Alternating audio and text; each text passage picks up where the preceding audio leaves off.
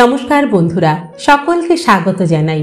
আমি রাকা আর আপনারা শুনছেন ইউটিউব চ্যানেল কথা ও কাহিনী বাই রাকা।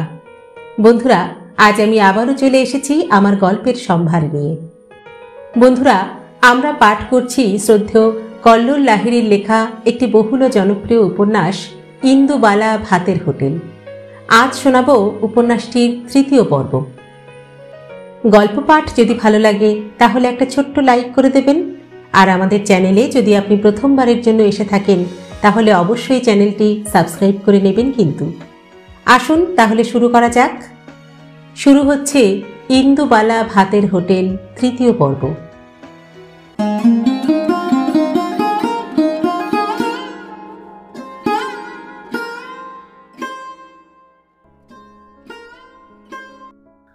মালপোয়া। ভোর থেকে ঝিরঝিরে বৃষ্টি শুরু হয়েছিল। ঘুম ভেঙে গিয়েছিল তার অনেক আগেই। অন্ধকার ঘরটায় শুয়ে বৃষ্টির আওয়াজ শুনছিলেন ইন্দুবালা। অল্প অল্প বাতাসে দুলছিল জালনার হালকা পর্দাগুলো। তার ফাঁক দিয়ে উঁকি মারছিল একটু একটু করে ফর্সা হতে থাকা আকাশটা। একতলায় ভাতের হোটেলের উপরে তার ঘরটা ছোট্ট হলেও বেশ খোলামেলা, অন্তত এই বাড়ির অন্য ঘরগুলোর থেকে। ঘরের চারিদিক বরাবর বেশ কয়েকটা জানলা। সামনের দিকে এগিয়ে গেলে ছেনু মিত্তির লেন, হরেক মানুষ, গাড়ি ঘোড়ার যাতায়াত, আর পিছন দিকটা শাশুড়ির আমলের ছোট্ট বাগান। শিরিঙ্গে নারকোল গাছ, ঘোষদের ডোবার পাশে একটা ঝাঁকড়া তাল গাছ। উঠোনের আম গাছের ডালপালা আরও কয়েকটা জালনায় ছড়ানো ছিটানো। এই ঘরটা আসলে ছিল ইন্দুবালার স্বামী মাস্টার রতনলাল মল্লিকের আমোদের জায়গা। তিনি তার ইয়ার বন্ধুদের নিয়ে এসে এই ঘরেই জোটাতেন। দিন রাত তাসপেটা চলত, তার সঙ্গে গেলাসের পর গেলাস হুইস্কি আর সোডা। ঘরখানায় ঢুকলে মনে হতো কেউ যেন সকালের আঁচ ধরিয়েছে। ঝাঁট দিয়ে জড়ো হতো রাশিকৃত পোড়া সিগারেট আর তার প্যাকেট। শাশুড়ি উঠতে বসতে খোঁটা দিত বউয়ের গতর নিয়ে, যে গতরে তার বাহির্মুখ ছেলে অন্তরে মন বসাতে পারল না। অথচ নাতি নাতনির অভাব হলো না মোটেও। তিনটে সন্তানকে রেখে মাস্টার রতনলাল মল্লিক যখন ইহজীবনের মায়া ত্যাগ করলেন, তখন ইন্দুবালা ভেতরের ঘর থেকে বাইরের এই ঘরে এসে থাকতে শুরু করলেন। শুধু কি অনেক আলো হাওয়া বাতাসের জন্য? না, তা মোটেও না। এই ঘরে থাকলে তিনি নিচের হোটেলের রান্নাঘর থেকে ছোট ছোট ছেলে মেয়েদের উপস্থিতি টের পেতেন। সিঁড়ির মুখ থেকে এই ঘরের দিকে নজর দেওয়া যেত খুব সহজে। আর এই ঘরটায় এলেই যেন ইন্দুবালার কোলাপোতার বাড়ির দাওয়াখানা মনে পড়ে যেত। চারিদিকে সবুজের চাদোয়া। ইন্দুবালা পাশ ফিরলেন। এই এত বয়সেও স্মৃতিগুলো কেন এলোমেলো হয়ে যায় না? ভুলেও তো যেতে পারে মানুষ অনেক কিছু। নিয়তিকেই দোহাই দেন ইন্দুবালা, হয় ভুলিয়ে দাও, না হয় ভুলিয়ে দেওয়ার ব্যবস্থা করে দাও। অদৃষ্টকে 7 গাল পারলেও অনেক কিছু ভোলা হয় না ইন্দুবালার। ভাগ্যিস ভোলা হয় না। তাই তো আনাজের চুবড়ি থেকে, সুচ সুতোর কৌটো থেকে, ভাতের হাড়ির সুবাস থেকে বেরিয়ে আসে কত কত গল্প। ইন্দুবালা চোখ বন্ধ করে আবার একটু ঘুমানোর চেষ্টা করলেন। ঠাম্মা সন্ধেবেলায় আফিম খেত, ছোট ছোট কালো কালো গুলি করে রাখত কৌটোতে। বাবা খুলনা শহরের বড় এক আড়তদারের কাছ থেকে নিয়ে আসত। ফুরিয়ে আসতে থাকলেই ঠাম্মার মাথা খারাপ হয়ে যেত। এক টানা আবদার চলত তার। ধুয়ো টেনে টেনে ঠাম্মা বলতো, ও হরি, নিয়ে আয় না বাবা, শেষ হয়ে গেল যে গুলি। সেই কাতর চাহনি এখনো মনে পড়ে ইন্দুবালার।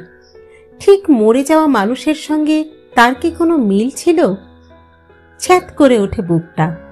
শাশুড়ির কথা মনে পড়ে, স্বামীর কথাও। মৃত মানুষের চাহনি ইন্দুবালাকে তাড়িয়ে নিয়ে বেড়ায়। মুকুলে ভরা আম গাছের তলায় শোয়ানো হয়েছিল দাদুকে। ইন্দুবালা তখন খুব ছোট। কিছুক্ষণ আগে ঠাম্মা ভাজছিল দাওয়া আলো করে নতুন গুড়ের মালপোয়া। গোটা গ্রামে যেন ছড়িয়ে পড়েছিল গন্ধ।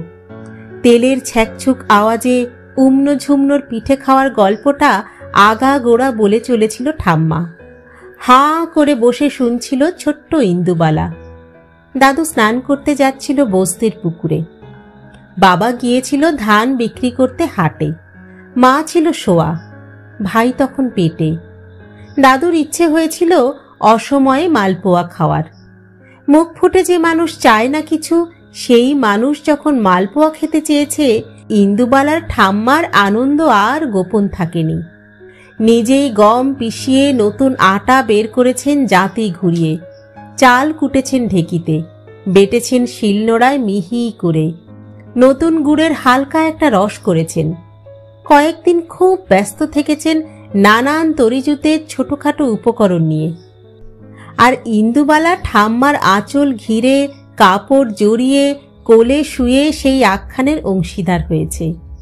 উম্ন ঝুমনোর গল্প যখন ফুরিয়ে এসেছে, শেষ মালপোয়া যখন তেলের উপর লাল হয়ে ফুটে উঠেছে, মৌরির সুবাস যখন কোলাপোতা গ্রামে ম ম করে উঠেছে, দাদু স্নান সেরে এসে তুলসীতলায় প্রণাম করতে গিয়ে বসে পড়লেন দাওয়ায়। জীবনের শেষ প্রার্থনা তার করা হলো না। একদিন কথা বন্ধ রেখে পরের দিন ভোরের সূর্য ওঠার আগে দাদু চলে গেল। আমতলায় শোয়ানো থাকলো তাকে। হরিনাম সংকীর্তনের দল গোল হয়ে ঘিরে ঘিরে ইনিয়ে বিনিয়ে সুর তুলল। বাড়ি থেকে কেউ মরা কান্নার চিৎকার করল না। ঠাম্মা বসে থাকলো পাথরের মতো। বাবা কি করবে বুঝতে পারল না। মায়ের তখন প্রসব যন্ত্রণা। ইন্দুবালা চুপি চুপি দাওয়ার পাশে ছোট্ট বেড়ার ধারে রান্নাঘরে তখন কাঁসার রেকাবিতে চাপা দেওয়া আছে মালপোয়া। এদিক ওদিক তাকিয়ে হাতে তুলে নিয়েছিল সবে ছোট্ট মেয়েটা। গ্রামের কোনো এক বউ দেখে ফেলেছিল। রে রে করে উঠে এসে ধরেছিল হাত। অশৌচের বাড়িতে খেতে আছে কোনো কিছু, ফেল হাত থেকে, ফেল বলছি। ইন্দুবালা ফেলতে পারেনি সেই মালপোয়া। গোটা রাত ধরে নতুন গুড়ের রসে সেগুলো যেন তখন আরো অনেক ফুলে ফেপে উঠেছিল। হালকা গন্ধ বেরোচ্ছিল মৌরির। এতক্ষণ যে ঠাম্মা কারো সাথে কথা বলেনি, চুপ করে বসেছিলেন, তিনি উঠে এলেন। খুব শান্ত অথচ কঠিন গলায় বললেন, ছেড়ে দাও ওকে পাঁচুর মা। ওর খাওয়া মানে ওর দাদুর আত্মার শান্তি পাওয়া। আত্মা না জুড়লে মায়া কাটবে কি করে? গপ গপ করে গোটা তিনেক মালপোয়া খেয়ে নিয়েছিল ইন্দুবালা। তার হাতে মুখে লেগেছিল রস। ঠাম্মা গড়িয়ে দিয়েছিল জল। নিজে হাতে খাইয়েছিলেন নাতনিকে। ঠিক সেই সময়ে আতুর ঘর থেকে ভেসে এসেছিল নবজাতকের কান্নার শব্দ। ঠাম্মা নাতির মুখ দেখে বলেছিল, সেই ফিরে আসতে হলো তো, যাবে কোথায় আমায় ছেড়ে? তার বিশ্বাস ছিল দাদু ফিরে এসেছে আম জাম কাঁঠাল মালপোয়ার গন্ধ বুকে নিয়ে। বাবা ফিরেছিল শ্মশান বন্ধুদের সাথে বিকেলেরও পরে। ততক্ষণে ঠাম্মার সাদা থান পরা হয়ে গেছে। ছোট্ট ভাইটা হাঁ করে ঘুমোচ্ছে তার কোলে। এদের কারো মৃত মুখ দেখেননি ইন্দুবালা, ভাগ্যিস দেখেননি। খাটের উপর চিত হয়ে শোন ইন্দুবালা। পিঠের ব্যথাটা আরও বাড়ে। শুয়ে শুয়ে বুঝতে পারেন রাস্তার উল্টো দিকের কর্পোরেশনের কলে জল নিতে আসছে টুকটাক করে বাজারের লোকজন। উঠতে ইচ্ছা করছে না। সারা দেহের অবসাদ আজ যেন মনে নেমে এসেছে। ঠাম্মার মৃত্যুর সংবাদ যেদিন ভাই নিয়ে এসেছিল, সেদিন ইন্দুবালার স্বাদ। বাড়ি ভর্তি লোক বিয়েতেই হয়নি, স্বাদে হবে ভাবাটাও বোকামো। নিজের বউ ভাতের রান্না যেমন ইন্দুবালাকে নিজেকেই করতে হয়েছিল, ঠিক তেমনি স্বাদের রান্নাটাও। গোনাগুন্তি মাছের দাগা ছিল, চাল নেওয়া হয়েছিল মাথা গুনে। শাশুড়িকে খাইয়ে স্বামীকে খাইয়ে যখন ইন্দুবালা খেতে বসতে যাবেন, দরজায় কড়া নড়ল। রান্নাঘর থেকে উঠে এসে সদর খুলতে হলো তাঁকেই। শ্রাবণের চড়া রোদ আর বৃষ্টি মাথায় নিয়ে দাঁড়িয়ে আছে ভাইটা, তারই সামনে, কত দিন পরে। চোখে তখন দিদির কপোতাক্ষের টলটল জল ইচ্ছামতি গাল বেয়ে গড়াচ্ছে। বাড়িতে ঢুকতে বলবেন কি, ভাষাই হারিয়ে ফেলেছেন যেন ইন্দুবালা ভাইকে দেখে। ঠোঁটের উপর গোফের রেখা, গালে কচি ঘাসের মতো দাড়ি, চোখে কালো ফ্রেমের চশমা, ঠিক যেন মনিরুল সেজে দাঁড়িয়ে আছে ভাই। ভেতরে আসতে বলবি না, এখানেই দাঁড়িয়ে থাকবো? ইন্দুবালা ভাইয়ের হাত ধরেন। ঝুপ করে তাকে যেন ছুঁয়ে ফেলে কোলাপোতার গ্রামটা, বসতের পুকুর, তেপান্তরের ধানক্ষেত, কতবেলের আচার।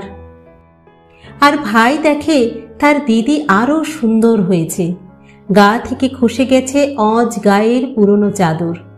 নতুন মা হবার যাবতীয় সব কিছু যেন গা থেকে ফুঁড়ে বের হয়ে আসছে তার। ঠিক এই সময় তো ইন্দুবালার থাকা উচিত ছিল গ্রামে। ঠাম্মা কি খুশি হতো! উঠোন ভরে উঠত আচারের বয়ামে, মা বিশালাক্ষী তলায় পুজো দিত। বিরক্ত হলেন শাশুড়ি।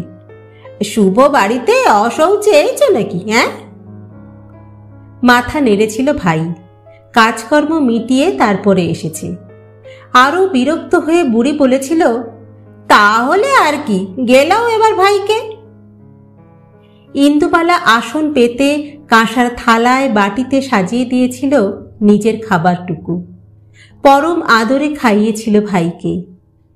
এক দৃষ্টিতে তাকিয়েছিল তার দিকে যতক্ষণ না খাওয়া শেষ হয়। ভাইয়ের মধ্যে ইন্দুবালা কাকে খুঁজছিল সেদিন? বাবাকে, মনিরুলকে, নাকি নিজের ফেলে আসা অতীতকে?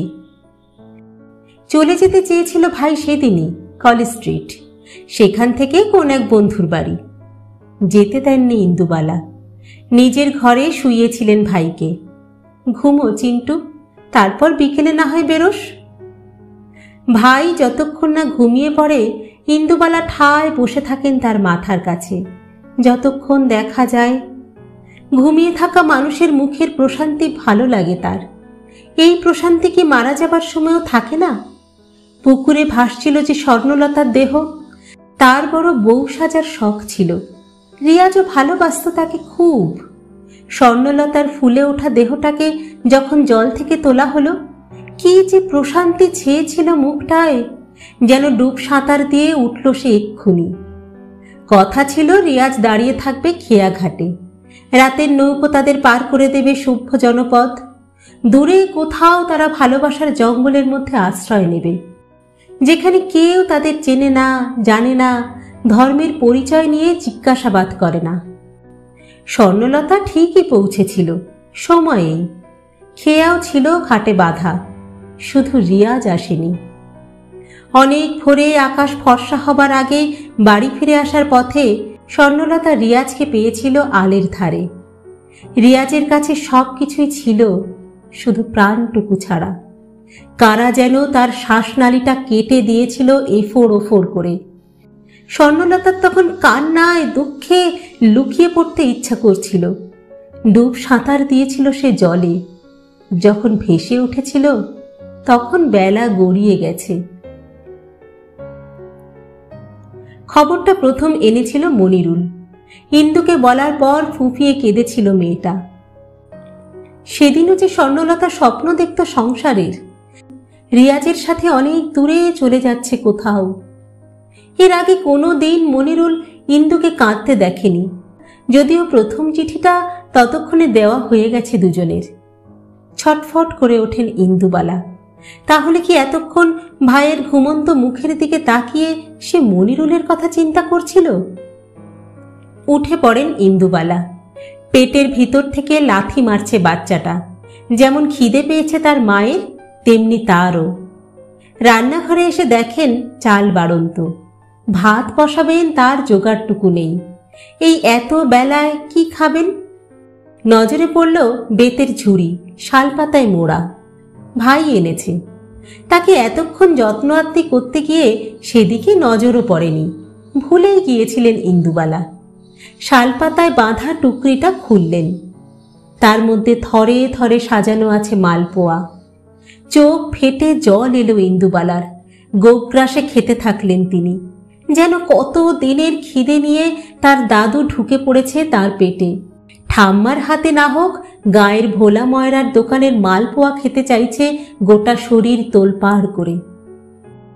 অনেকটা খাওয়ার পর যখন থামলেন ইন্দুবালা, জল তেষ্টা পেয়েছে বড়, কিন্তু জল এগিয়ে দেওয়ার মতো কেউ নেই।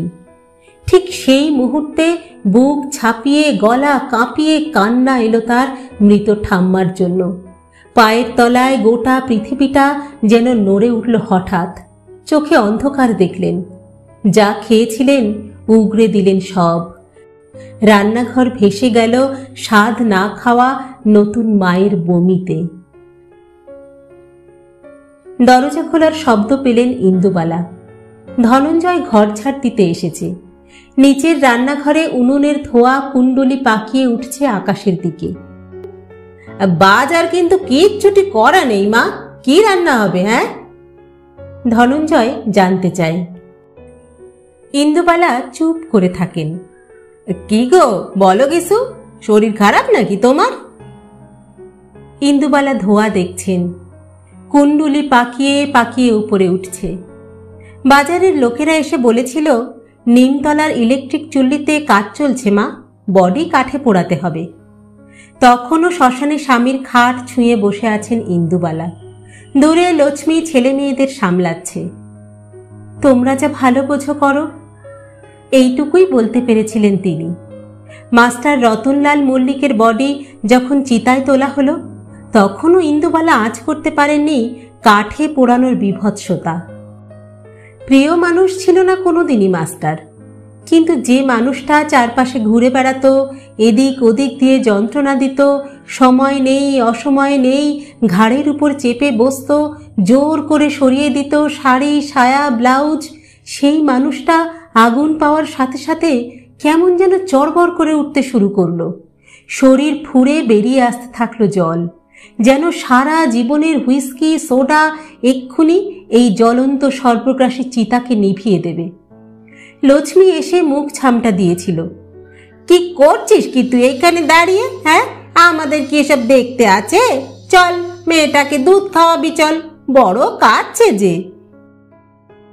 কি দেখেছেন আর কি দেখেননি সেই হিসাব কষতে গেলে বেলা কাবার হয়ে যায় ইন্দুবালার। পাশ ফিরে শুয়ে ধনঞ্জয়কে বলেন, উনুন ধরিয়েছিস কেন? হ্যাঁ, গ্যাস কি ফুরিয়েছে? ধনঞ্জয় হাতের ঝাঁটাখানা মেঝেতে রেখে বলে, ওই দেখো, আজকের দিনটা কি ভুলে গেলে মা তুমি? ইন্দুবালা হাতড়াতে থাকেন মনের মধ্যে, আজকে আবার কি? ধনঞ্জয় মাথায় হাত দিয়ে বলে, সত্যি এবার তোমার বয়স হয়েছে মা, আজ যে রথ, ভুলে গেলে সব কিছু। কুমোরটুলিতে দুর্গার কাঠামোয় মাটি পড়বে, ইস্কনের লম্বা রথ বেরোবে, কত সাহেব শুভ নাচানাচি করবে, হোটেলের সামনের বোর্ডে তো গতকাল লিখে রেখেছ। উঠে পড়েন ইন্দুবালা। কি লিখেছি রে? খিচুড়ি, পাঁপড় ভাজা, আনারসের চাটনি আর কাঁঠালের ক্ষীর। বিড়বিড় করে জানতে চান ইন্দুবালা, আর মালপোয়া? ধনঞ্জয় রে রে করে ওঠে, না না, ওইসব একদম কিছু লেখা ছিল না, হাঙ্গামা বাদিও না মা, চিনির দাম বড্ড বেড়েছে, আটা বাড়ন্ত, ময়দা বাড়ন্ত, গোলমরিচ আনা নেই। ইন্দুবালা জানতে চান, আর মৌরি? ধনঞ্জয় জবাব দেয় না। চিরকালের অভ্যাসের মতো সে কাকে যেন একটা গাল পাড়ে। সেই অদৃশ্য মানুষটাকে দেখতে বড় ইচ্ছা করে ইন্দুবালার, কিন্তু তিনি জানেন ধনঞ্জয়ের একমাত্র ইন্দুবালা ভাতের হোটেল ছাড়া আর কেউ নেই। ঠিক যেমন চারপাশে 3 ছেলে নাতি নাতনি থেকেও ইন্দুবালা একা, তার ওই ভাতের হোটেল ছাড়া কেউ নেই। অনেক রাতে কলেজ স্ট্রিট পাড়া ঘুরে বাড়ি আসে ভাই, হাতে তার একখানি চটি বই, 3 পাহাড়ের স্বপ্ন। বেড়াতে যাওয়ার বই বুঝি? ইন্দুবালা জানতে চান। ভাই চোখ বড় বড় করে তাকিয়ে থাকে। খুলে দেখলেই বুঝতে পারবি। এগিয়ে দেয় বইটা। ইন্দুবালা অবাক হন। কবিতা পড়িস না কিরে তুই আজকাল? ঘাড় নাড়ে ভাই, তুই আর মনিরুলদা যেমন পড়তিস। কথা বাড়াতে চান না ইন্দুবালা। এরপর কথা বললে আরো অনেক কথা উঠবে। সেই কথা মনের মধ্যে হাওয়ার সাথে উথাল পাথাল হলে রাতে ঘুম হবে না। এই ভর ভর অবস্থায়ও মাস্টার রতনলাল মল্লিক আঁকড়ে ধরতে চাইবে তাকে। দম বন্ধ হয়ে আসবে তার। মাটিতে এখন তাই বিছানা, শরীরটাকে কোনো রকমে আড়াল করার চেষ্টা। উপরের ঘরে শুতে ভয় করবে তোর ভাই? অবাক হয়ে চশমার ফাঁক দিয়ে তাকায় ভাই। একদম মনিরুল। চোখ সরিয়ে নেন ইন্দুবালা। ভয় করবে কেন? আমি তো এখন একাই শুই মাঝের ঘরটায়, ঠাম্মার ঘরটা তো বন্ধই থাকে। ইন্দুবালা জানতে চান, ভয় করে না তোর? ভাই বলে, ধুস, ভয় করবে কেন? ইন্দুবালার যখন বিয়ে হয় তখন ভাই তার কাছে শুতো, জড়িয়ে আঁকড়ে ধরে। কতটুকুনি ছিল তখন। আর একদিন থেকে যাবি? মাথা নাড়ে ভাই। না রে, হবে না দিদি, কাল তো রথ, স্কুল ছুটি, পরশু পরীক্ষা, না গেলে স্যার খুব বকবে, আর বাবার শরীরটাও। থেমে যায় ভাই। ইন্দুবালা জানে তার বাবার শরীরও ভালো নেই, মাঝে মাঝে জ্বর হয়, কাশি হয়। মা লিখেছে কাশির সাথে রক্ত ওঠে। ভাই ঘুমিয়ে পড়ে। ইন্দুবালা টেনে নেয় পাশে রাখা চটি বইখানা। কবে থেকে পড়তে শুরু করলো তার ভাই কবিতা? 3 পাহাড়ের স্বপ্ন কবিতার বইটার লেখক কে যেন এক বীরেন্দ্র চট্টোপাধ্যায়। পাতাখানা উল্টে দেখল ইন্দুবালা। আর ঠিক তখনই ডাক পড়ল তার নিচের ঘর থেকে। মাস্টার রতনলাল মল্লিক ঘরে অপেক্ষা করছেন। পেঁচিয়ে উঠছে ইন্দুবালা। তার গা দিয়ে, শরীর দিয়ে আরো একটা শরীর পেঁচিয়ে উঠছে। মাস্টার রতনলাল মল্লিক তার পোয়াতি বউটাকে পেঁচিয়ে উঠছে। ঠিক যেমন বিষধর সাপ ওঠে গাছের গায়ে। বন্ধ হয়ে আসছে ইন্দুবালার শ্বাস প্রশ্বাস। ভাই যেন চিলেকোঠার ঘর থেকে পড়ে চলেছে ছোট্ট চটি বইখানি খুলে, গড়গড় করে। ঘুমের মধ্যে শুনতে পেলাম শঙ্খচূড়ের কান্না। এ আনন্দ অসহ্য বোন, দিস নিল আর না। জেগে উঠলাম, দেখতে পেলাম আর না দেবার সুখে কেয়া ফুলটি ঘুমিয়ে আছে বিষধরের বুকে। গলা বুজে আসছে ইন্দুবালার, কান্নায় ঘেন্নায়। ভোররাতে উঠে ঠান্ডা জল মাথায় ঢালেন তিনি, একবার নয়, বারবার। তারও অনেক দিন পরে, ভাই যখন আর নেই, স্বামী যখন আর নেই, চারিদিকে শূন্য খাঁ খাঁ। হোটেলের ঘরে কে যেন একটা কবিতার বই ফেলে রেখে চলে গিয়েছিল। পড়ে ফেলেছিলেন ইন্দুবালা কবির নামটা, বীরেন্দ্র চট্টোপাধ্যায়। তখন কলকাতায় বোমা, রাস্তায় ঘাটে মৃতদেহের সারি। ছোট ছোট ছেলে মেয়েগুলো গঙ্গায় ভাসছে লাশ হয়ে। অনেক রাতে একটা ছেলে বইটা ফেরত নিতে এসেছিল লুকিয়ে। সঙ্গে নিয়ে এসেছিল এক পেট খিদে। হ্যাঁ, সেদিনও ছিল রথের দিন। মনে আছে ইন্দুবালা পাঁপড় ভেজেছিলেন। হিঙের গন্ধ মাখানো খিচুড়ি হয়েছিল, আর ছিল চুষির পায়েস। প্রথম দিন ইন্দুবালার সাথে তার কোনো কথা হয়নি। কোচর থেকে রিভলভারটা বার করে রেখেছিল টেবিলে। অলোকের কথা আগেও অনেকবার বলেছে ইন্দুবালা আপনাদের, তবে বিস্তারের ব্যাখ্যান অবশ্যই আসবে পরে। সাধে কি আর ভালোবেসে নাম দেবেন পেঁচা? তাড়াতাড়ি শিল নোড়া পেরে ফেলে ধনঞ্জয়। এই বেলা চাল বেটে না রাখলে বুড়ি নিজেই বাটতে শুরু করে দেবে। এই গুচ্ছের লোকের জন্য মালপোয়া বানানো কি মুখের কথা? এরই মধ্যে জলহস্তির ছানাগুলো ঘুরে গেছে, মানে সামনের হোস্টেলের ওই ছেলে মেয়েগুলো। ঠাকুমা দেয়ালে কি লিখেছে দেখতে এসেছিল হুড়মুড়িয়ে। কি গো, সব পাল্টে দিচ্ছ নাকি? হ্যাঁ, শুক্তো ভাত এইসব কিন্তু কিচ্ছু খাবো না আজকে। ছোট করে ছেলেদের মতো চুল ছাটা মেয়েটা ঘাড় ঘুরিয়ে বলে। ধনঞ্জয়ের মনে হয় ঠাস করে গালে একটা ঠাটিয়ে থাপ্পড় দিই। সেদিন আবার সিগারেট কিনছিল, দেখেছে ধনঞ্জয়। ইন্দুবালাকে বলতে এলে নিজেই ধাঁতানি খেয়েছিল বেশি। কেন, তুমি বিড়ি ফোঁকো না? তাও তোরা মনের সুখে দুটো টান দিতে পারে। আমরা কি পেয়েছি জীবনে? ধনঞ্জয় কথা বাড়ায়নি আর। বাবুই পাখির বাসার মতো চুল যে ছেলেটার, সে আরও ধ্যাসটা। কি গো, কি চেঞ্জ করছো? তাই বলে কাঁঠাল ক্ষীরটা চেঞ্জ করো না প্লিজ। ওটার যে গল্পটা বলেছিলে সেটা কিন্তু আমি কালকে ফেসবুকে শেয়ার করেছি, ওখান থেকে অনেকে আসবে বলেছে খেতে। মোটা ছেলেটা এরপর এগিয়ে আসে। আহ, তোরা বড় ছটফট করিস, আগে দেখ না কি লেখে ঠাকুমা।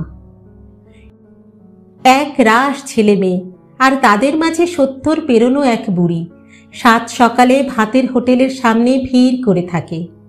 খিচুড়ি, পাঁপড় ভাজা, আনারসের চাটনি, কাঁঠাল ক্ষীরের নিচে বড় করে লেখা হয় মালপোয়া। ভিড়টা যেন একসাথে চিৎকার করে ওঠে, ইয়া! জড়িয়ে ধরে ইন্দুবালাকে ওরা সবাই।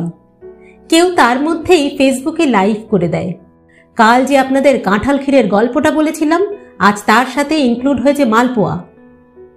জোরে জোরে চাল বাটে ধনঞ্জয়, কারণ সে জানে এরপর স্নান সেরে এসে রান্নার ধুম পড়ে যাবে বুড়ির।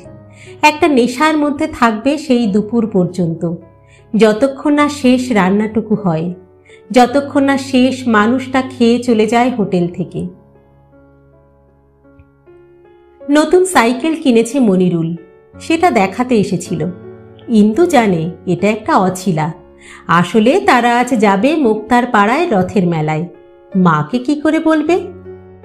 সাইকেল শেখাটা খুব সহজ মিথ্যের রাস্তা। ছেলে মেয়ে দুটো বাড়ছে যেন তাল গাছের মতন। মায়ের মন সায় দিতে চায় না। তার আগে বাবা বলে দেয়, সরল মানুষের মতো যাবি তো জানা, সামনের বারে আর একটু বড় ক্লাসে উঠলে ইন্দুকেও কিনে দেব সাইকেল, তখন দুজনে একসাথে স্কুলে যাবি সাইকেল চালিয়ে। সেই সৌভাগ্য হয়নি ইন্দুবালার। তার আগেই বিয়ে হয়ে গিয়েছিল তার। স্বর্ণলতার আত্মহত্যা চোখ খুলে দিয়েছিল অনেক মায়ের। তারা কিছুতেই আগুন আর ঘি পাশাপাশি রাখতে চাননি, বরং আগুনেই মেয়েকে বিসর্জন দিয়েছিলেন। জ্বলে পুড়ে শেষ হয়ে গিয়েছিল মেয়েগুলো। কজন ইন্দুবালা হতে পেরেছিল যাদের নিয়ে লেখা হয়েছিল খবরের কাগজে, ফেসবুকে? সামনের রডে বসতে লজ্জা করছিল ইন্দুর, তবুও বসেছিল সে। হাওয়ার মতো উঠছিল মনিরুলের সাইকেল কপোতাক্ষের তীরে। হাতে হাত ঠেকে যাচ্ছিল দুজনের। শ্বাসে প্রশ্বাসে চরম উত্তেজনা। ওরা কাছ থেকে পাচ্ছিল দুজনের ওম। চোখ বন্ধ করেছিল ইন্দু। সে যেন কাঠের নাগরদোল্লা, ঘোড়ার দোল্লা, বুড়ির চুল, ঝালঘুগনি, পাঁপড় ভাজা, রথের মেলা, এই সব ছাপিয়ে মৌরির গন্ধ পাচ্ছিল মনিরুলের গা থেকে। যে মৌরির গন্ধ পেয়েছে সে তার ঠাম্মার মালপোয়ায়, ভোলা ময়রার দোকানে, অনেক দিন পরে রিভলভার নিয়ে খেতে আসা অলোকের কবিতার বইয়ে। স্নান সেরে আয়নার সামনে এসে দাঁড়ান ইন্দুবালা। কত দিন পর আজ তিনি মালপোয়া ভাজবেন। তার চোখে মুখেও কি ফুটে উঠছে না এক প্রশান্তি, যা কি মৃত্যুর বার্তাবহ? মনিরুলের মৃত মুখ তিনি দেখেননি, কিন্তু আন্দাজ করতে পারেন। খান সেনারা গোটা বাড়ি জ্বালিয়ে দিয়েছে। সেই জ্বলন্ত অগ্নিকুণ্ডের মধ্যে মনিরুল তাকিয়ে আছে স্থির দৃষ্টিতে। গোটা বাড়িটা যতক্ষণ না জ্বলন্ত সূর্য হয়ে উঠছে, মনিরুল ততক্ষণ চোখ বন্ধ করছে না। সে জানে একটা ভাষার জন্য, একটা রাষ্ট্রের স্বপ্ন দেখছে সে। আর ইন্দুবালা কি স্বপ্ন দেখেছিলেন তিনি? সে কথা কেউ কোনো দিন জানতে চায়নি, আজও না। হইচই পড়ে গেছে গোটা অঞ্চল জুড়ে। ছেনু মিত্রের লেনে একেই ভিড় লেগে থাকে, আজ যেন আরও বেশি ভিড়। তাও সেটা ইন্দুবালা ভাতের হোটেলকে ঘিরে। হাফবেলা অফিস করে কালেক্টর অফিসের কেরানিকুল চলে এসেছে।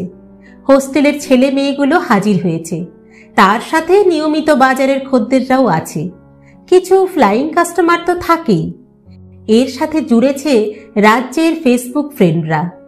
চারিদিকে শুধু কচি কাচাদের কলকলানি। মাথা খারাপ হওয়ার অবস্থা ধনঞ্জয়ের। হোটেলটাও হয়েছে আজ দেখার মতো। সেখানে যার তার প্রবেশ নিষেধ। ছেলে মেয়েগুলো নিজেরাই হাতে হাতে কাজ করে নিচ্ছে। কেউ জল দিচ্ছে, কেউ ক্যাশ সামলাচ্ছে, কেউ থালা পাচ্ছে, কেউ পরিবেশন করছে। আর রান্নাঘরের দিকে তো যাওয়াই যাচ্ছে না, সেখানে আরও ভিড়। সবাই ঝুঁকে পড়েছে তাদের মোবাইল ক্যামেরা নিয়ে।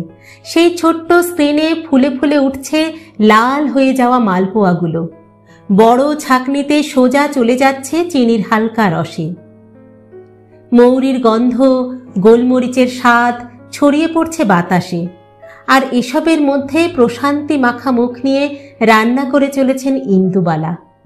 না, এই মুহূর্তে স্মৃতিরা তার আশেপাশে কেউ নেই। নেই খুলনা, কোলাপোতা, ছেনুমিত্তির লেন।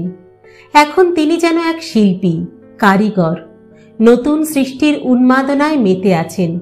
তার বুড়ো ডালপালাগুলো চারিদিক থেকে যেন শুষে নিচ্ছে তারুণ্যের আস্বাদ, নতুন করে বেঁচে থাকার আকাঙ্ক্ষা।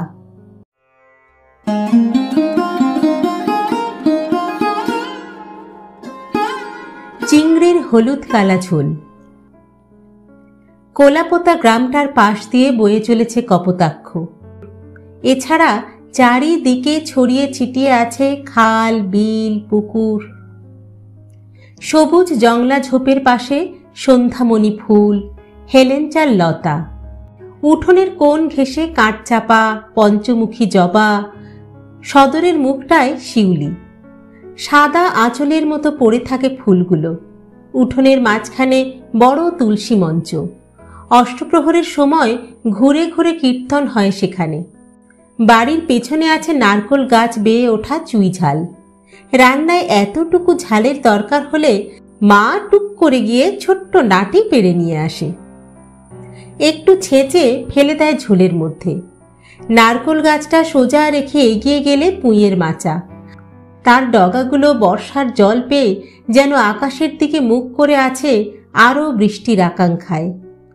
পুঁই মাচাকে বাঁদিকে রেখে কয়েক পা হাঁটলেই কলকাতা থেকে আনা দাদুর ডালিম গাছ। তার পাশেই ঠাম্মার নিজের হাতে আদর করে বসানো গন্ধরাজ লেবু, কালনার আতা। এই রকম সাজানো গোছানো বাড়ি এই গ্রামের অনেকেরই আছে। অবস্থা সম্পন্ন গেরস্থ হিন্দু বাড়ির ঘর দোর সাজানো এরকমের। আবার অভিজাত মুসলিম বাড়ির অন্দরের সাজ ভিন্ন ধরনের। ইন্দুবালার মনে আছে, মনিরুলের বাড়ির পেছন দিকে একটা বড় পুকুর ছিল। তার পেছনে বাঁশঝাড়, তারপর আদিগন্ত ধান ক্ষেত।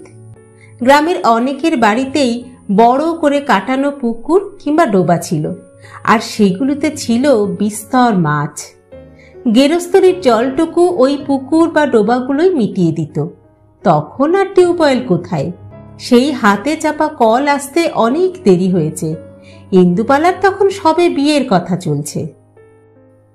গ্রামে প্রায় সবার বাড়িতে থাকলেও ইন্দুবালাদের বাড়িতে কোনো পুকুর বা ডোবা ছিল না। কেন ছিল না সেটা নিয়ে একটা গল্প সে ছোট্ট থেকে শুনে আসছে। কিন্তু সেই গল্পে প্রবেশ করার আগে এই মুহূর্তে ইন্দুবালা কি করছে সেটা জেনে নেওয়াটা আখ্যানের ক্ষেত্রে জরুরি। বর্ষা এবার দেরিতে শুধু নয়, আষাঢ় পার করেও দেখা দিচ্ছে না। ভ্যাপসা গরমে সবার নাজেহাল দশা যখন, তখন মধ্য সত্তরের ইন্দুবালার অবস্থা কি হতে পারে তা তিনি যেন নিজেই বুঝে নিতে চাইছিলেন বিকেলের দিকে মেঝের উপর শুয়ে। কিছুক্ষণ আগে শেষ খদ্দের ভাত খেয়ে চলে গেছে। যা বাকি ছিল হাঁড়ি চেঁচে পুছে খাওয়ানো হয়েছে বাজারের ভিখিরিদের। এমনকি কালু, ভুলু, নেলু, বাজারের যে হরেক নামের বিড়াল এবং কুকুর আছে তাদেরও পাতের উচ্ছিষ্টাংশ এক জায়গায় জড়ো করে ধনঞ্জয় খাওয়ায়। লক্ষ্মী নিজে হাতে শুরু করেছিল। সেই প্রথা আজও দিব্যি বহাল আছে। সবই ঠিক ছিল। এর সাথে যদি বাড়ির সঙ্গে একটা পুকুর থাকতো, তাহলে বেচারা ধনঞ্জয়কে কর্পোরেশনের ছিটছিড়ে জল পড়া কলে ওই অতক্ষণ ধরে বাসন মাজতে হতো না। আজ অনেক ভোরে প্রচণ্ড গরমে ঘুম ভাঙার পরেই কেমন যেন বস্তির পুকুরটার কথা মনে পড়ছে তার। পাশ দিয়ে বয়ে যাওয়া কপোতাক্ষকে, এমনকি শাশুড়ি যে পালা পার্বণে গঙ্গার স্নানে নিয়ে যেত তাও। সকাল না হতে হতে আজ নিজে থেকেই কেমন যেন ডুব দিয়ে স্নান করার বাসনা মনের মধ্যে জাগছিল ইন্দুবালার। কতদিন গভীর গহন জলে ডুব দেননি তিনি। এই সময় তো কপোতাক্ষের একুল ওকুল ভাসে। গভীর রাতে জলের আওয়াজ যেন দূর পর্যন্ত এসে কলকল করে কত কথা শুনিয়ে যায়। বস্তির পুকুরের জল আরো ঘন সবুজ রং নিয়ে ভারী হয়ে ওঠে। পাশের ঝোপ থেকে অনবরত ডেকে চলে ঝিল্লি। ভিজে গায়ে বাড়ি ফিরতে স্যাঁতস্যাঁত করে ওঠে গা। ইন্দুবালার আজ হঠাৎ কেমন যেন ইচ্ছে হলো অমন বৃষ্টি ভেজা ঝোপে ঢাকা মাটির রাস্তা দিয়ে স্নান করে ফিরতে। কিন্তু সে পথ কোথায় পাবেন তিনি ছেনু মিত্তির লেনে? আজ অনেক সকালে ঘুম ভেঙে তাই নিচে চলে এসেছিলেন। ধনঞ্জয়, ও ধনঞ্জয়, ওঠ না বাবা, আমাকে একটু গঙ্গা স্নান করিয়ে এনে দে। ধনঞ্জয় চোখ কচলায়, ধড়মড় করে উঠে বসে। তোমার কি মাথা খারাপ হয়েছে মা? রোজ রাতে ঘিসঘিসে গা গরম থাকে তোমার, ডাক্তারের ওষুধ খাচ্ছ, তার উপরে তোমাকে নিয়ে গঙ্গা স্নানে গিয়ে আমার নিজের গঙ্গা প্রাপ্তি হোক, তাই না? তোমার ছেলেরা এসে আমাকে দুর্মুষ করুক, হবে নাই। ধনঞ্জয় বেশ গুছিয়ে কথা বলতে শিখেছে। যত বয়স বাড়ছে, চুল যত পাকা হচ্ছে, তত মুখের বুলি ফুটছে। রেগে যান ইন্দুবালা। যেতে হবে না, তোকে আজ কোনো কাজ করতে হবে না ধনা, আমি নিজেই আজ সব কিছু করব। ধনঞ্জয় বিরক্ত হয়ে পাশ ফিরে শুয়ে বলে, করো। ইন্দুবালা সত্যি সত্যি বাসি কাপড় ছেড়ে বাজারের থলে নিয়ে বেরিয়ে পড়েন। অনেক দিন পরে তিনি নিজে বাজারে যাচ্ছেন। একবার নিজে মনে করে দেখে নেন ব্লাউজের ফাঁকে টাকার ব্যাগটা আছে কিনা। অনেক সকালে মেসের বারান্দায় দাঁড়িয়ে কিংসুক হীনযান ও মহাযানের তাত্ত্বিক পয়েন্টগুলো মিলিয়ে দেখছিল। বৌদ্ধ শ্রবণদের মতো উষাকালীন মেঘমালা দেখার জন্য সে বেশ কয়েকদিন ট্রাই করেছে, কিন্তু মোবাইলে অ্যালার্ম বেজে গেছে তার মতো করে। আর কিংসুক নিজে পাশ ফিরে শুয়ে অকাতরে ঘুমিয়ে ভাত খাওয়ার সময় উঠেছে। আজ কি কুক্ষণে যে এতটা গরম পড়েছে আর ঘুম ভেঙেছে সে বুঝতে পারছিল না। যাই হোক, উঠেই যখন পড়েছে তখন সে ইতিহাসের চ্যাপ্টারগুলো নিয়ে নাড়াচাড়া শুরু করলো। সামনেই বিয়ে ফাইনাল। নালন্দা থেকে হস্তিনাপুর হয়ে তিব্বতে যাওয়ার আগে সে দেখল ইন্দুবালা ভাতের হোটেলের দরজা খুলে স্বয়ং ইন্দুবালা বেরিয়ে পড়লেন। হীনযান মহাযান মধ্যপথে রইল। কিংসুক চিৎকার করল, ও দিদা, এত সকালে কোথায় যাচ্ছ? ইন্দুবালা হাতের ব্যাগখানা উঁচু করে দেখালেন। কিংসুক হুড়মুড় করে নেমে এলো সিঁড়ি দিয়ে, জামার বোতাম আটকাতে আটকাতে। চলো, আমিও যাব। ইন্দুবালা অবাক হয়ে তাকান কিংসুকের দিকে। তুই যাবি কেন? ভোরবেলা থেকে তো দেখলাম পড়াশুনো করছিস, ঘরের আলো জ্বলছিল যে। কিংসুক বলে, ধুর, পড়ছিলাম কোথায়, বেজায় গরমে ঘুম আসে নাকি? তার চেয়ে বরং এটাই ভালো হলো, তোমার সাথে বাজার করতে যাব। দাও দেখিনি ব্যাগ দুটো।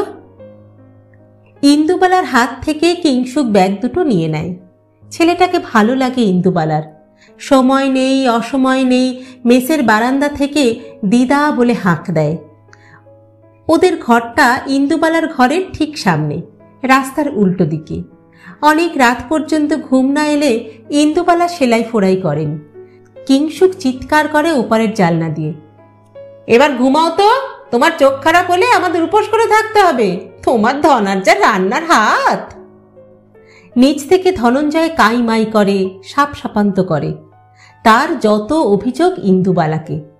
তার জন্যই ওই গাল টিপলে দুধ বেরোনো ছেলেগুলো তাকে হতচ্ছেদা করে। যদিও খেতে না এলে ধনঞ্জয় ওদের ডেকে নিয়ে আসে, আদর করে বসিয়ে খাওয়ায়। শরীর খারাপ হলে 7 বার গিয়ে খবর নিয়ে আসে। ছেলেগুলো ভালোবাসে তাকে খুব। জর্দাটা বিড়িটা হয়ে যায় ওই ছেলেগুলোর কল্যাণেই। আজ কি বাজার করবে দিদা? কেন, হোটেলের বোর্ড দেখিসনি?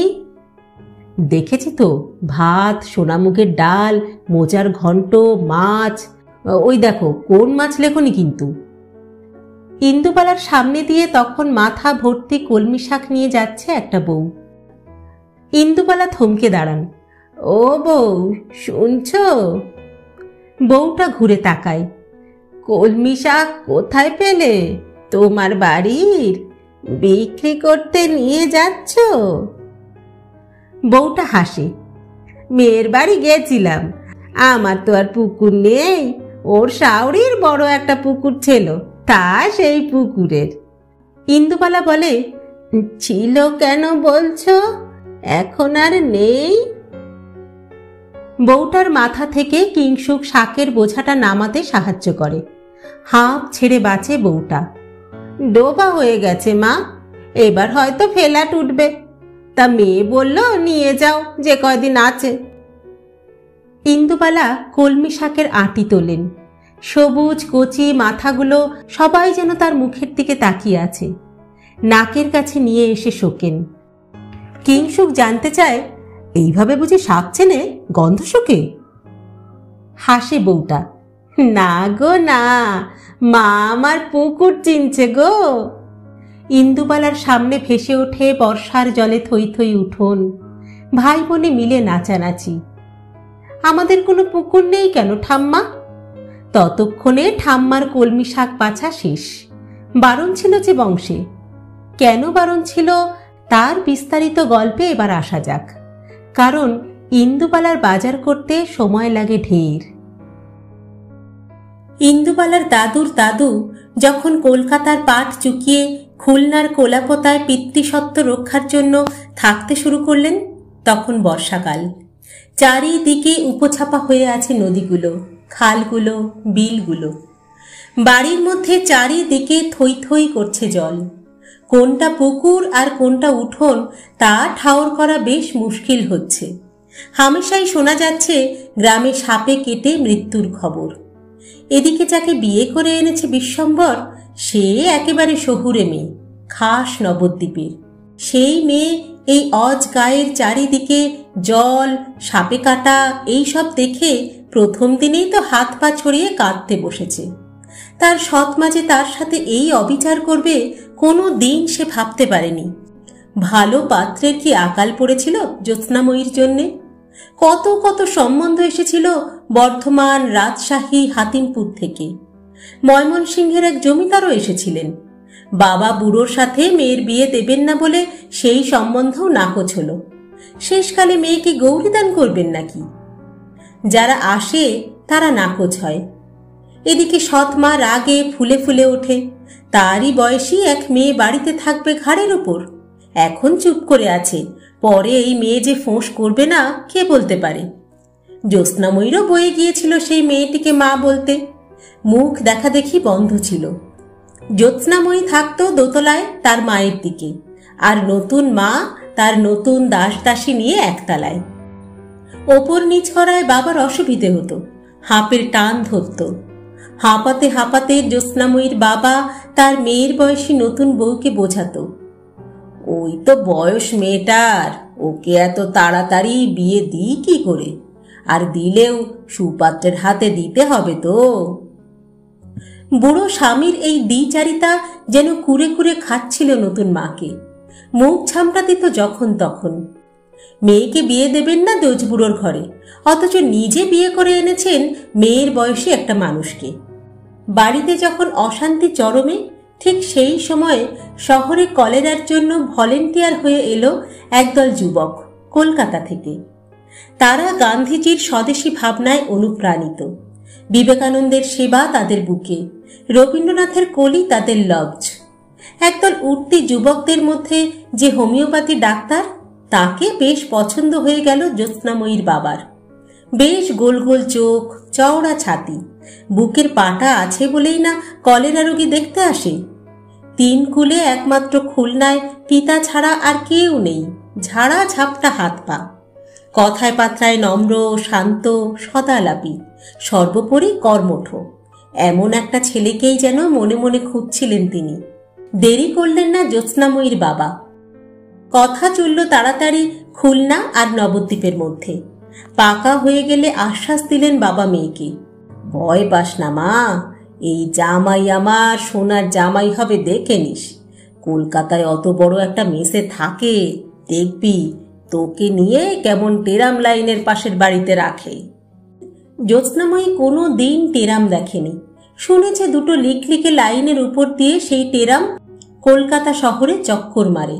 সাহেব শুভরা সেই টেরামে ওঠে, যে যার জায়গায় চলে যায়। ঠুং ঠুং করে কাচের চুরির মতো আওয়াজ হয় টেরামে। জ্যোৎস্নাময়ী তো সেই টেরাম লাইনের পাশের বাড়িতে থাকার স্বপ্নে বিভোর হয়ে রইল। এদিকে তার বিয়ে হয়ে গেল বেশ ঘটা করে বৈশাখের কোনো এক শুভ দিনে। ফুলশয্যার খাটে শুতে এসে জানতে পারল বিশ্বম্বরের পরিকল্পনা। বিয়ে করে সে আপাতত বউকে রেখে যাচ্ছে বাপের বাড়ি। এই কদিন জ্যোৎস্নাময়ী একটু মানিয়ে গুছিয়ে এখানে থাকুক, কারণ মাত্র কয়েকদিনের জন্য কলকাতায় যাওয়া মানে খরচ। একেই নতুন বউ, তার উপরে বাড়ি ভাড়া করা, সংসার নতুন করে পাতানো খুবই ঝামেলার হবে। আর তো 1 মাসের মধ্যে কলকাতার পাড় চুকিয়ে বিশ্বম্বর চলে যাবে খুলনা। সেখানে তার বাবা মৃত্যুশয্যায়। ছেলেকে পাশে পেলে তিনি খুশি হবেন, ছেলের বউয়ের সেবা পাবেন। এগুলোর সাথে বাড়ির জমি জায়গাগুলোও দেখাশোনা করা যাবে। আর ডাক্তারি প্র্যাকটিসটা ঠিকভাবে চালালে তো আর কথাই নেই। পিল পিল করে লোকজন লাইন দিয়ে দাঁড়াবে দরজার সামনে। যদিও কোনোদিন তেমন রোগীর ভিড় হয়নি বিশ্বম্বরের, তবে স্বদেশী করা এক ডাক্তারকে চিনে নিতে অসুবিধা হয়নি আশেপাশের গাঁয়ের মানুষদের।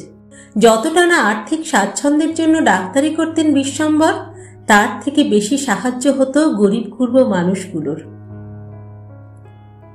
কিন্তু সেসব তো আরো পরের কথা।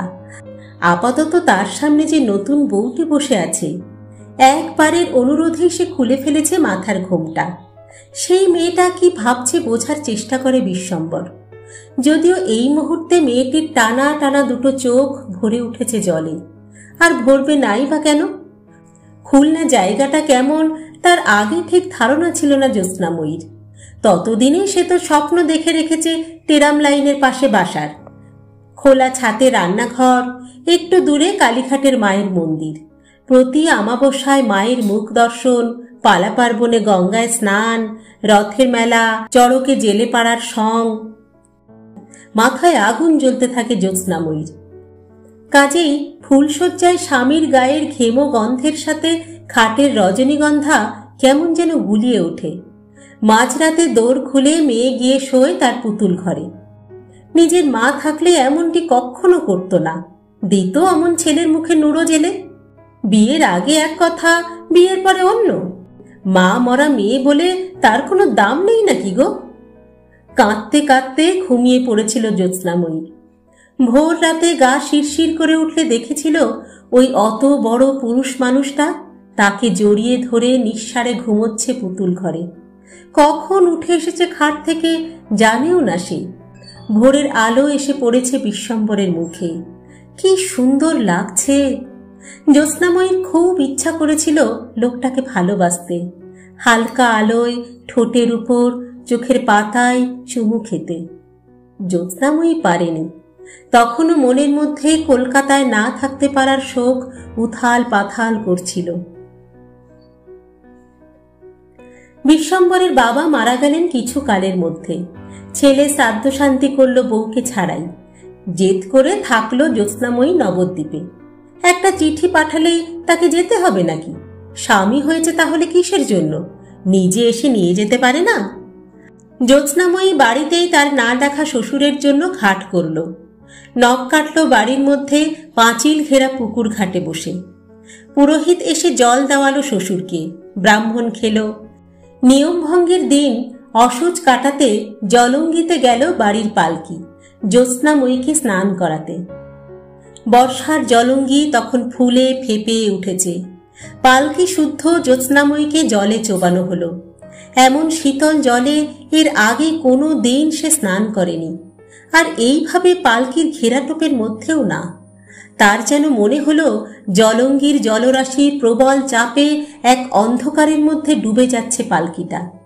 চোখ খোলার চেষ্টা করল জ্যোৎস্নাময়ী, আর ঠিক তখনই যেন সে দেখতে পেল বিশ্বম্বরের শান্ত মুখটা।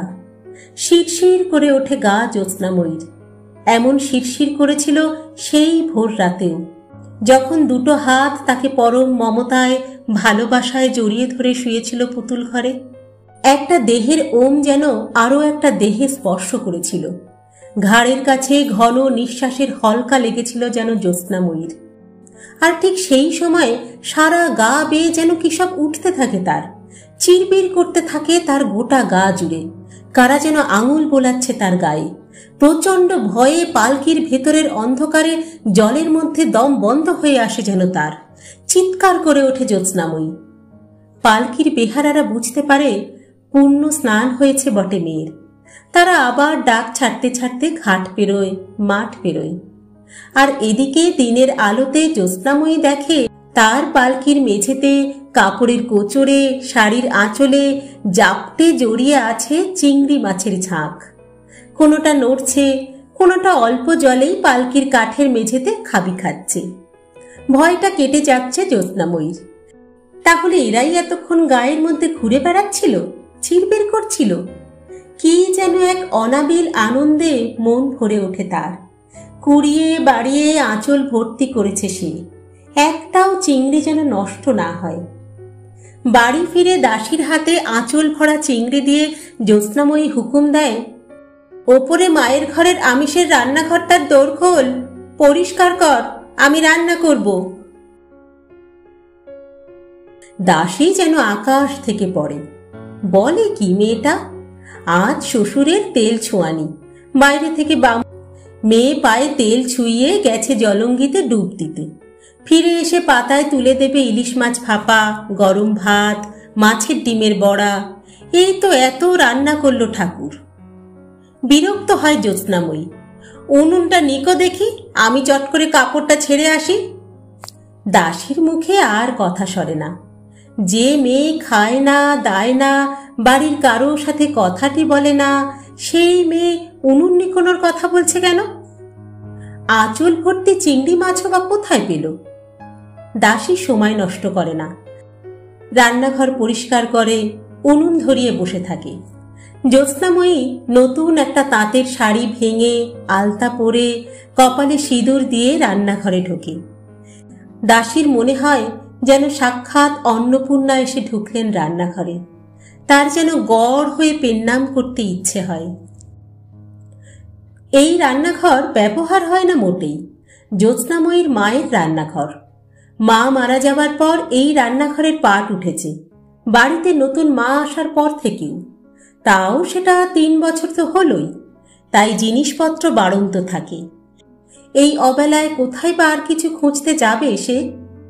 চট করে তাকিয়ে নেয় চারপাশটা। কি আছে আর কি নেই এর হিসাবটা পরিষ্কার হয়ে যায় নিজের কাছে। দাসী সেই কচি চিংড়িগুলোতে ততক্ষণে মাখিয়ে রেখেছে নুন হলুদ। জ্যোৎস্নাময়ী লোহার কড়াইটা উনুনের আঁচে বসায়, অল্প তেলে চিংড়িগুলোকে ছেড়ে দেয়। এপিট ওপিট ভাজা হয়ে গেলে কাঁচা লঙ্কা আর কালো জিরের ফোড়ন দিয়ে জল ঢালে। জলঙ্গির কচি চিংড়ির গা থেকে বেরোতে থাকে মিষ্টি জলের রস। গোটা বাড়ি কালো জিরের ফোড়ন, কাঁচা লঙ্কা আর হলুদের সুবাসে ভরে যায়। জ্যোৎস্নাময়ীর বাবা ব্রাহ্মণ বিদায় করে সবে ছোটপক্ষের রান্নাঘরের পিঁড়িতে বসতে যাচ্ছিলেন দুপুরের আহার সারতে, কিন্তু তা আর হলো না। পঞ্চদেবতাকে স্মরণ করে প্রথম গ্রাস মুখে নেওয়ার আগেই উঠে এলেন দোতলায় অনেক দিনের বন্ধ রান্নাঘরটার সামনে। জ্যোৎস্নাময়ী আন্দাজ করেছিল এমনটাই হবে। আসন পেতে জলের গ্লাস নিয়ে অপেক্ষা করছিল। সেদিন তার বাবা মায়ের রান্নাঘরে কত দিন পরে খেতে বসল। মনে পড়ল বড় বউয়ের কথা, তার হাতের চিংড়ির হলুদ কালা ঝোলের সুবাস। হাপুস হুপুস করে বাবা ভাত খায়, ঝোলের কাঁচা লঙ্কা ডলে, চোখ দিয়ে জল পড়ে তার। সেটা বড় বউয়ের স্মৃতিতে নাকি অনেক দিন পরে পুরনো রান্না খাওয়ার আনন্দে বোঝা যায় না ঠিক। খাওয়া শেষ হলে পান এগিয়ে দেয় জ্যোৎস্নাময়ী। বাবা মেয়েকে আশীর্বাদ করেন। কি চাস মা, একবার মুখ ফুটে বল। সারা বাড়ি কানাকানি হয়। এই বুঝি মেয়ে তার নিজের নামে সব সম্পত্তি চেয়ে নিল। খাওয়া ছেড়ে অন্দরের দোরে এসে দাঁড়িয়ে থাকে ছোট মা ভয়ে ভয়ে। জ্যোৎস্নাময়ী অস্ফুটে তার বাবাকে বলে, একবার চিঠি লিখুন, তিনি যেন আমাকে এসে নিয়ে যান। কথাগুলো বলেই জ্যোৎস্নাময়ী লজ্জায় রাঙা হয়ে যায় ঝোলের চিংড়িগুলোর মতোই। মেয়ে বাড়ি লিখিয়ে নিল না, জমি জমা সম্পত্তি কিচ্ছুটা না, এমনকি শখের পুতুলগুলোও না। শুধু গরুর গাড়ি বোঝাই করে নিয়ে এলো মায়ের রান্নাঘর, ডেও, ঢাকনা, খুন্তি আর সেই আমিষের বড় লোহার কড়াইটা। বিশ্বম্বর বাধা দেয়নি। সে জানত নতুন সংসার করতে তার সবটাই লাগবে, কোনো কিছুই ফেলা যাবে না। কলমি শাক কিন্তু বোর্ডে লেখা ছিল না দিদা? অনেকগুলো কলমি শাকের আঁটি বাজারের ব্যাগে ভর্তি হবার পর কিংসুক বলে, লেখা ছিল না তো ছিল না, খাবি, সঙ্গে একটু করে না হয় কাসুন্দি দেব। ইন্দুবালা এগিয়ে যান তরবর করে মাছের বাজারটার দিকে। এই যে ধনা, ওই চিংড়িগুলো কি তোর বিক্রি হয়ে গেছে? ধনা অনেক দিন পর দেখল ইন্দুবালাকে। সে কি গো দিদা, তুমি আজ বাজারে? ধনঞ্জয়দার কি হলো আজ? ইন্দুবালা চিংড়িগুলো হাতে নিয়ে নেড়ে চেড়ে দেখতে দেখতে বলেন, কিচ্ছু হয়নি তার, কি আবার হবে? কেন, আমি এসেছি, ভালো লাগছে না তোর? ধনা চা আনতে পাঠায়। নিয়ে যাও দিদা সবকটা, ভেরির নয় গো। ইন্দুবালা চেনেন কোনটা ভেরির চিংড়ি আর কোনটা নদীর। সকালবেলা একটা বড় গামছা নিয়ে ভাই বোনে চুপি চুপি চলে যেতেন কপোতাক্ষের ঘাটে। ততক্ষণে জড়ো হয়েছে গ্রামের অন্য সব ছেলেমেয়েরাও। ওদিকে আকাশ আসছে কালো হয়ে, ফুঁসে উঠছে সেই কবেকার দাঁড়াও পথিক পরের নদী। গামছা জলে ফেললেই উঠছে ঝাঁকের চিংড়িগুলো। হাতে করে একটা চিংড়ি তুলে মুখের সামনে ধরেন কিংসুকের। ইন্দুবালা, কেমন এখনো নড়ছে দেখেছিস? কিংসুক দুপা পিছিয়ে আসে।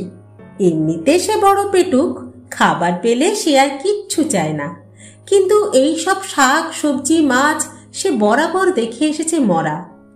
জ্যান্ত জিনিস যে এমন হতে পারে সেই অভিজ্ঞতা তার এই ছাত্র জীবনের বাইরে। এই ছোট্ট চিংড়ি দিয়ে বুঝি মালাইকারি হবে? ইন্দুবালা বলে, তোর মুন্ডু কেমন হলুদ গালা, ঝোল করে দেব দেখিস। কিংসুক মাথা নাড়ে। ঠিক হচ্ছে না কিন্তু দিদা, বোর্ডে এইসবের কথা লেখা ছিল না মোটেই। ইন্দুবালা বলে, কেন, মাছের কথা লেখা ছিল না? এই তো হয়ে গেল, চিংড়ি মাছ নিয়ে নিলাম।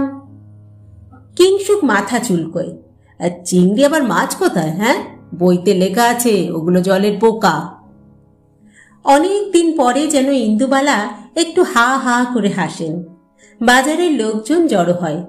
কি হয়েছে মা, হাসো কেন? ইন্দুবালা মাথা নাড়েন। কিছু না, কিছু না, নাতির কথায় মজা নিচ্ছিলাম। তোমরা তাড়াতাড়ি খেতে এসো সবাই।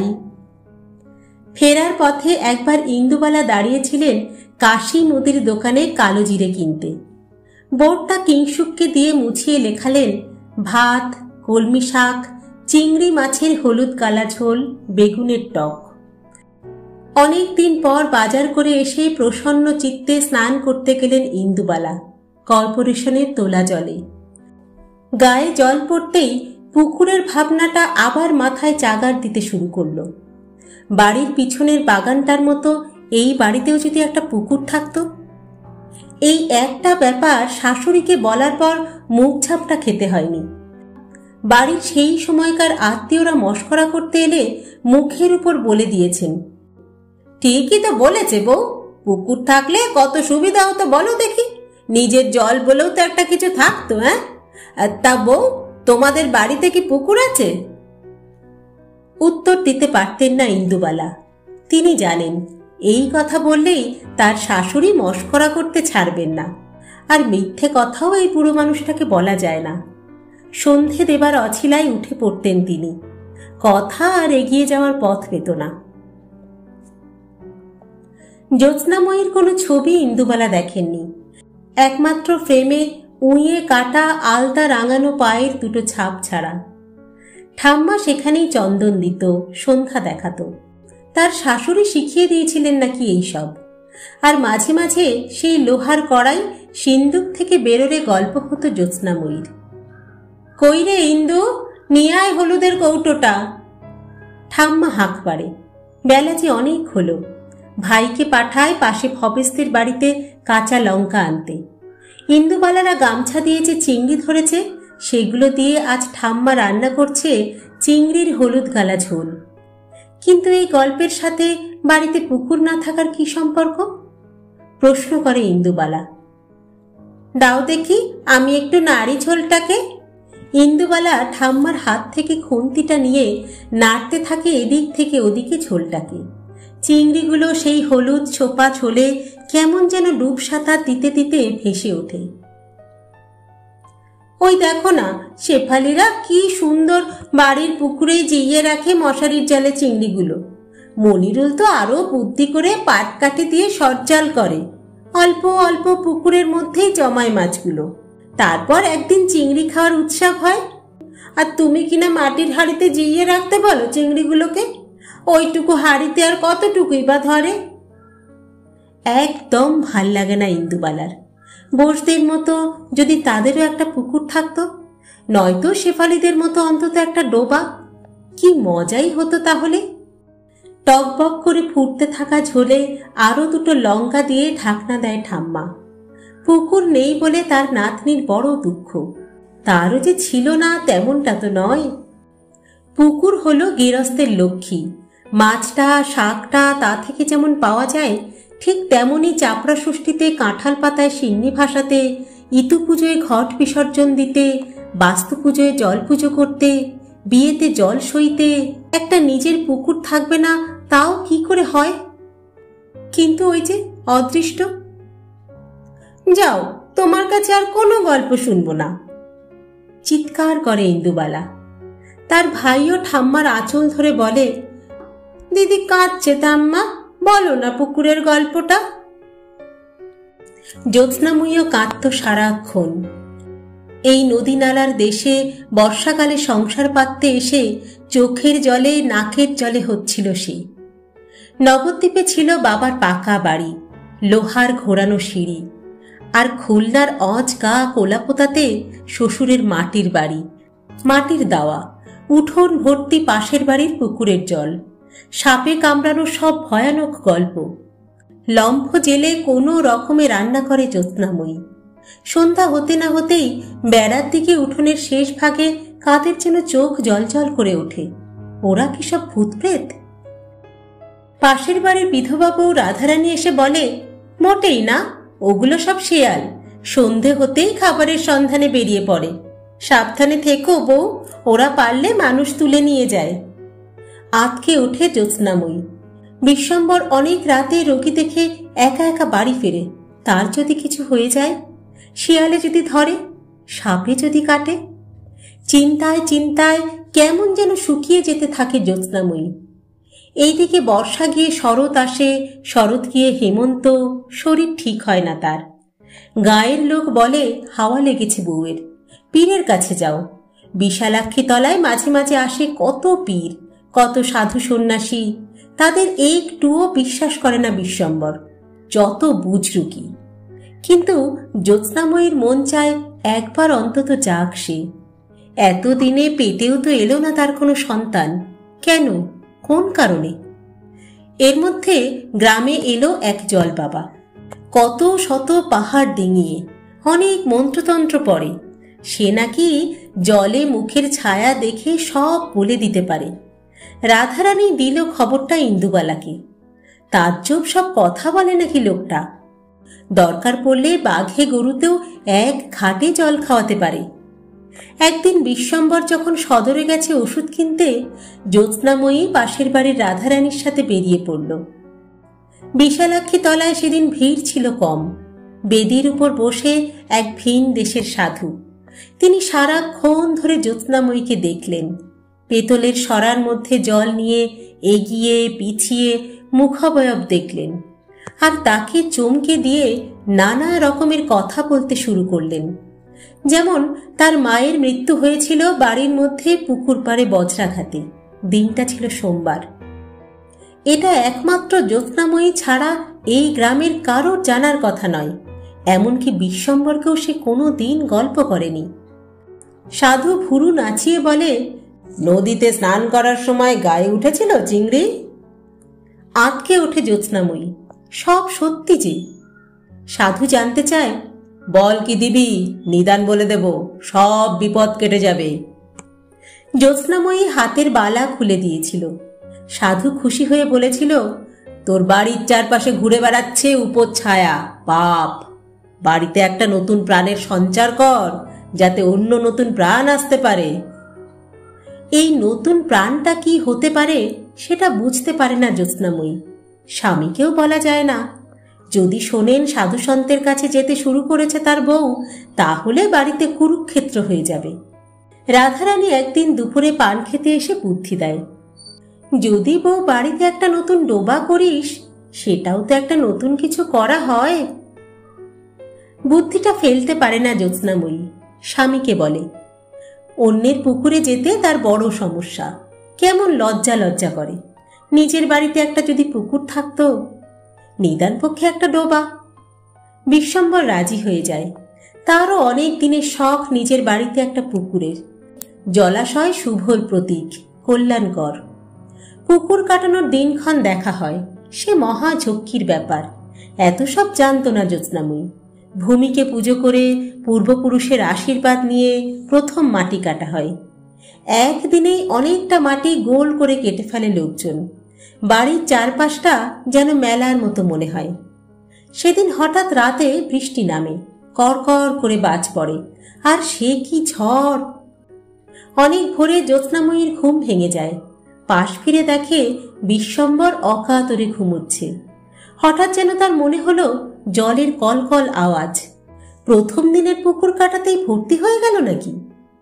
জল দেখতে উঠে পড়ে জ্যোৎস্নাময়ী। আধখোড়া পুকুরের সামনে এসে থমকে দাঁড়ায়। জল কোথায়?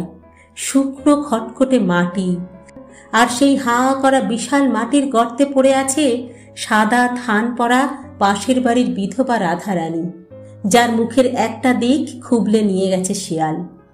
বাতাস ভারী হতে থাকে, ফিস ফিস করে যেন কারা কথা বলে চারপাশে। পিছন ফিরতেই জ্যোৎস্নাময়ী দেখতে পান তার সামনে দাঁড়িয়ে আছে তার কবেকার মরে যাওয়া মৃত মা। জানতিস না খুকু, পুকুর পাড়ে বজ্রাঘাতে মরণ হয়েছিল আমার। আতকে ওঠে জ্যোৎস্নাময়ী। চোখ মেলে দেখে ঘুমোচ্ছিল সে। পাশে বিশ্বম্বর নেই। বিভৎস স্বপ্নের রেশ নিয়ে দালানে এসে বুঝতে পারে কাজ বন্ধ রেখেছে মাটি কাটাইয়ের লোকেরা। পাশের বাড়ি থেকে কান্নার সুর ভেসে আসছে। বিধবা রাধারানী ভোরবেলায় মারা গেছে ভেদ বমিতে। পুকুর কাটানো বন্ধ করে দিল বিশ্বম্বরের গায়ের লোকজন। বাধা পড়েছে কাজে। মাটি কাটার লোকগুলো ফিরে গেল। তারও অনেক পরে বাড়ির পূব দিকে বিশ্বম্বর একটা কুয়ো খনন করেছিল। ততদিনে অবশ্য তার ছেলে মেয়েতে সংসার ভরে উঠেছে। এই গ্রামে সেই প্রথম কুয়ো। সেই কুয়োতে ইন্দুবালার ভাই একটা কচ্ছপ পুষেছিল। নাম রেখেছিল কুমড়ো। উপর থেকে মুড়ি দিলে কুমড়ো ভেসে উঠত। ছোট্ট হাঁ করে জলে ভেজা মুড়িগুলো গিলে গিলে খেত। ঠাম্মার কুর্ম অবতারের গল্প হয়তো মনে ছিল তার। সবাই আজ একটু তাড়াতাড়ি স্নান সেরে আসে। বাবা, ইন্দু, ভাই, মাকেও বসে যেতে বলে ঠাম্মা। গরম ভাতের সাথে আজ যে শুধু চিংড়ির হলুদ কালা ঝোল, সেই কবেকার গল্প হয়ে যাওয়া জ্যোৎস্নাময়ীর লোহার কড়াই। লোহার কড়াই ইন্দুবালার হোটেলেও আছে, কিন্তু জ্যোৎস্নাময়ীর মায়ের কড়াইয়ের মতো নয়। তিনি যদি তার মায়ের সব বাসনগুলো নিয়ে আসতে পারেন, তাহলে ইন্দুবালাই বা পারবেন না কেন? লক্ষ্মী তার চোখ গোল্লা পাকিয়ে বলেছিল, হ্যাঁ ঠিকই তো, নিয়ে আসলি না কেন ওইগুলা? ইন্দুবালা হাসেন। তখন কি করে জানবেন এই এত বড় হোটেল হবে তার? লক্ষ্মী বলে একটা মাছওয়ালি বন্ধু হবে, তিনটে ছেলে মেয়ে নিয়ে অকালে বিধবা হবেন, আর কোথাও কোনো দিন যাওয়ার জায়গা থাকবে না, এমনকি বাপের বাড়িও না। থম মেরে বসে থাকেন ইন্দুবালা। কিন্তু আজ লক্ষ্মীও বা কোথায়? কেউ কোথাও নেই। আর যখনই মনে হয় কেউ নেই, তখন যেন আর শরীর চলে না ইন্দুবালার। কিন্তু ইন্দুবালার উপরওয়ালা একজন আছেন। তিনি বাতাসের সাথে ভেসে ভেসে বেড়ান। গরম তেলের উপর কালো জিরের ফোড়ন পড়তেই চড়বড় করে ওঠেন তিনি। রান্নার নানা রকমের সুবাস পাঠিয়ে লোক জড়ো করেন। ইন্দুবালার তখন আর একা থাকা হয় না। কিংসুক হোস্টেল উজিয়ে ছেলে মেয়ের দলকে তো নিয়ে এসেছেই, চিংড়ির হলুদ কালা ঝোল খেতে সেই কত দূর থেকে ডাক্তার হোস্টেলের ছেলে মেয়েগুলোও এসেছে। তাদের মধ্যে কলমি শাক বিক্রি করা বউটাও ছিল। কাসুন্দি দিয়ে কলমি শাক মাখার সময় ইন্দুবালা তার চোখে জল দেখেছেন। আহা, ওরও বড় পুকুরের শখ ছিল গো, ঠিক ইন্দুবালার মতোই। ওর যেন একটা বড় পুকুর হয়।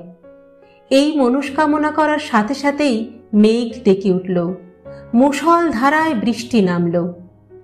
রেডিওতে একটা ছোকরা জকি দুকলি গান শুনিয়ে বলল, অবশেষে বর্ষা নামল শহরে। ইন্দুবালা বিকেলের উঠোনে ঠায় দাঁড়িয়ে বৃষ্টিতে ভিজলেন। মনে হলো তার সাথে যেন ভিজছে গ্রামের ভিটেখানাও, ভিজছে পুঁয়ের মাচা, ডালিম গাছ, গন্ধরাজ লেবু, কালনার আতা, নারকেল গাছে জড়িয়ে ওঠা চুই ঝাল। এখনো সেখানে জল থই থই করে কিনা কে জানে। গামছা দিয়ে কেউ কি আর চিংড়ি মাছ ধরে? তার হলুদ কালা ঝোল হয়। বৃষ্টির জলে ডুব দিতে থাকেন ইন্দুবালা অনবরত। মনে মনে প্রার্থনা করেন, এই ডুবের যেন শেষ না হয় ঠাকুর, কোনো দিন শেষ না হয়।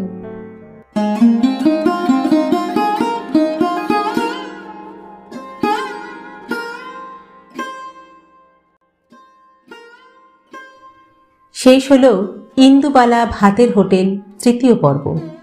লিখেছেন শ্রদ্ধেয় সাহিত্যিক কল্লোল লাহিড়ী। গল্প পাঠ করলাম আমি রাকা। আপনারা শুনছেন ইউটিউব চ্যানেল কথা ও কাহিনী বাই রাকা। আজকের পর্বটি কেমন লাগলো অবশ্যই জানাবেন কিন্তু। গল্প পাঠ যদি ভালো লাগে তাহলে একটা ছোট্ট লাইক করে দেবেন। আর হ্যাঁ, আমাদের চ্যানেলে যদি আপনি প্রথমবারের জন্য এসে থাকেন তাহলে অবশ্যই চ্যানেলটি সাবস্ক্রাইব করে নেবেন কিন্তু। আজ তাহলে এখানেই বিদায় চেয়ে নিচ্ছি। পরবর্তী পর্ব নিয়ে ফিরে আসবো খুব শীঘ্র। ততদিন সকলে সুস্থ থাকবেন, ভালো থাকবেন এবং অবশ্যই আমাদের সঙ্গে থাকবেন। নমস্কার।